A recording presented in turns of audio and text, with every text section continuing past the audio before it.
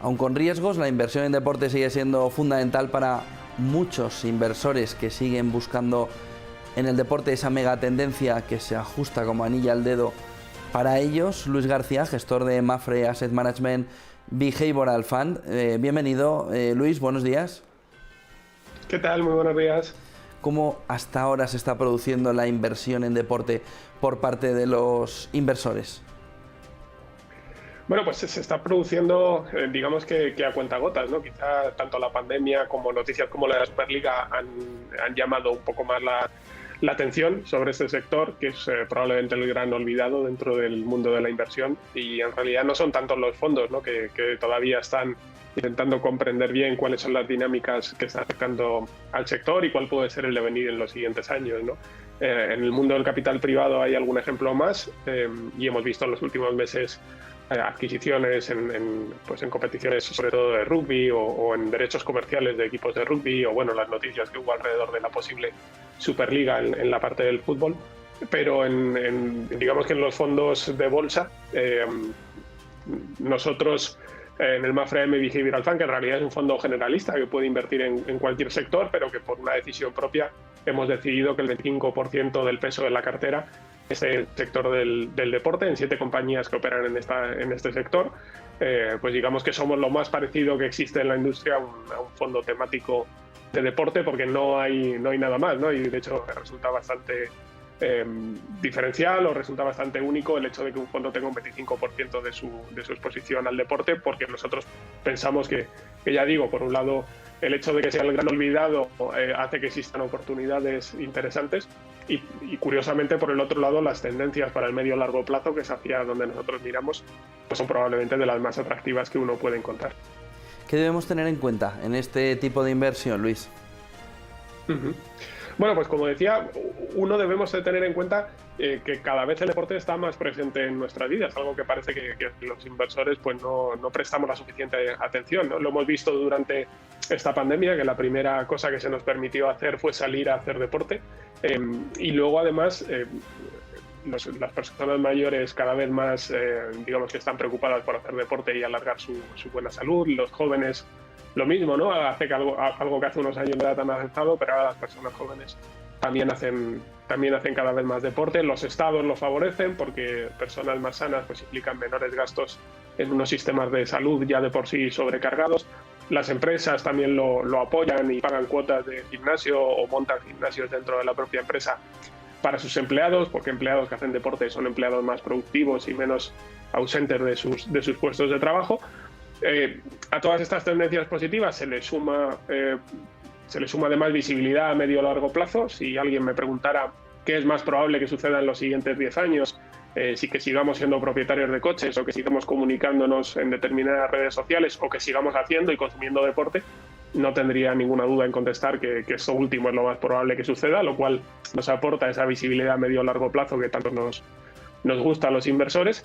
Y por último, el hecho de que no haya tantos ojos mirándolo, pues hace que puedan aparecer esas oportunidades a buenos precios. ¿Qué previsiones manejáis en este tipo de inversión del deporte? Bueno, en realidad miramos, digamos, con la misma lupa o con los mismos ojos que miramos a cualquiera de las empresas que incorporamos al fondo. Como decía, el Mapfre Behavioral Fund es un fondo generalista en el que buscamos particularmente tres características dentro de las empresas en las que invertimos. Uno es que sean buenos negocios, con cierta capacidad para crecer y hacerlo de manera rentable. El segundo es que sean empresas con balances saneados, con poca o ninguna deuda. Un alto porcentaje de la cartera está invertido en estas empresas que prácticamente no tienen deuda o no tienen deuda. Y el tercero es que estén gestionados por equipos gestores íntegros desde un punto de vista ético y que tengan un buen historial de asignación eficiente del capital que haya creado valor para los accionistas. A partir de estos 3 principios elegimos las compañías. Ha dado, digámoslo así, la casualidad de que en el mundo del deporte pues ha sido especialmente fructífero a la hora de encontrar buenas ideas de inversión. Y dependiendo un poco de las características en concreto de cada una de las empresas, pues ya cada una es un mundo, y ahí tenemos nuestras previsiones dentro de esos subsectores del mundo del deporte, de los que, si queréis, pues podemos hablar un poco más en detalle. ¿Cuáles son esos subsectores? Bueno, dentro de estas 7 empresas que tenemos, 3 de ellas son clubes de fútbol, que es algo que resulta, ¿no?, especialmente curioso, en los que pensamos que ese ruido, esa psicología del mercado que da nombre a nuestro fondo, al Behavioral Fund, que viene del Behavioral Economics o del Behavioral Finance, que es esa parte de la economía o de las finanzas que integra el estudio de la psicología para entender cómo nos comportamos los seres humanos y cómo tomamos decisiones de inversión.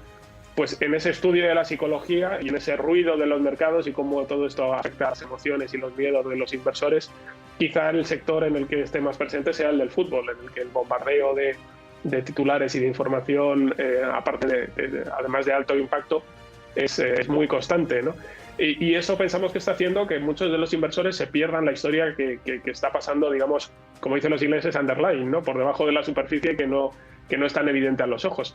Y como un sector en general, como es el del fútbol europeo, que en el año 2011 tenía unas pérdidas en conjunto de casi 1.700 millones de euros, pues con la introducción en ese año, en el año 2011, del Financial Fair Play, del control financiero de la UEFA, pues pasó de esa pérdida acumulada de 1.700 millones de euros a un beneficio superior a los 100 millones de euros en los años 2017 y 2018. Obviamente, la pandemia que hemos vivido ha tenido un impacto significativo, pero aún así el trabajo previo que se había hecho en muchos países, y en ese sentido España fue de los que mejor trabajo previo había hecho con el control financiero de la Liga, aún más exigente aún que el de la UEFA, pues ha hecho que una situación como la pandemia, que hace 15, 20 años hubiera hecho que desaparecieran muchos clubes, pues se haya podido superar incluso con cierta holgura, ¿no?